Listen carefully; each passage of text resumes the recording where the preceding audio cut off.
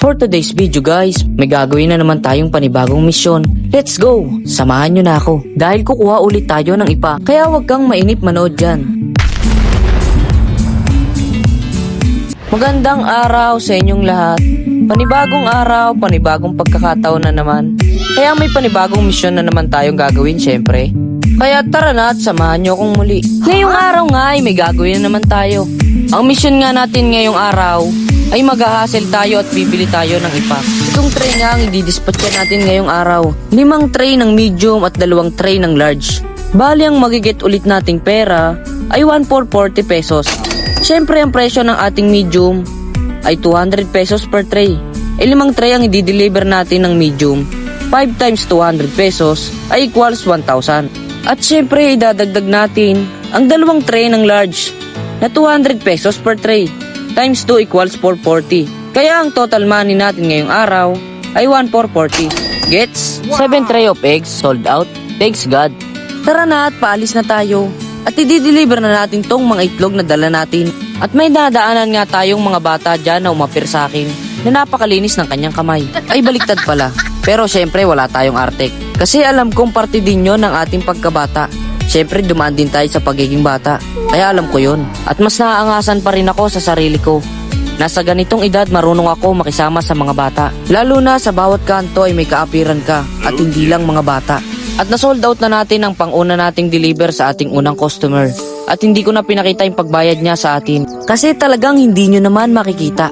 Kasi sa parehas nating customer, through Gcash ang pagbayad nila sa atin. Kaya maraming salamat sa inyo. Ngayon ay tapos na ang pagdi-deliver natin ng mga itlog. Kaya papunta na tayo sa kukuhanan natin ng ipa sa bakon. Tara at samahan nyo pa kami ng aking kaibigan. Let's go! Sa sobrang bilis ng patakbo ng ating kaibigan, ay mabilis din tayong nakarating sa Mulinuhan. Sabay pagkat ng video syempre, mabilis talaga tayong makakarating dyan. Nadali tayo dyan. Mga kayod na yan nga pala yung Mulinuhan na kinukuhanan natin ng ipa. Diyan tayo susuot ulit at kukuha kami ng aking kaibigan doon ng ipa. Pero bago tayo kumuha doon, syempre magbabayad muna tayo. 10 pesos per sako ang benta nila sa akin dito.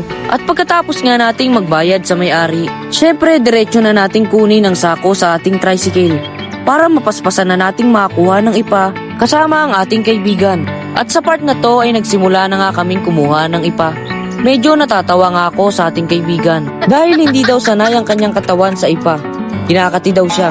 Sabi ko sa simula lang yan, masasanay ka din at masasanay din katawan mo. Lumipat na kami ng pwesto.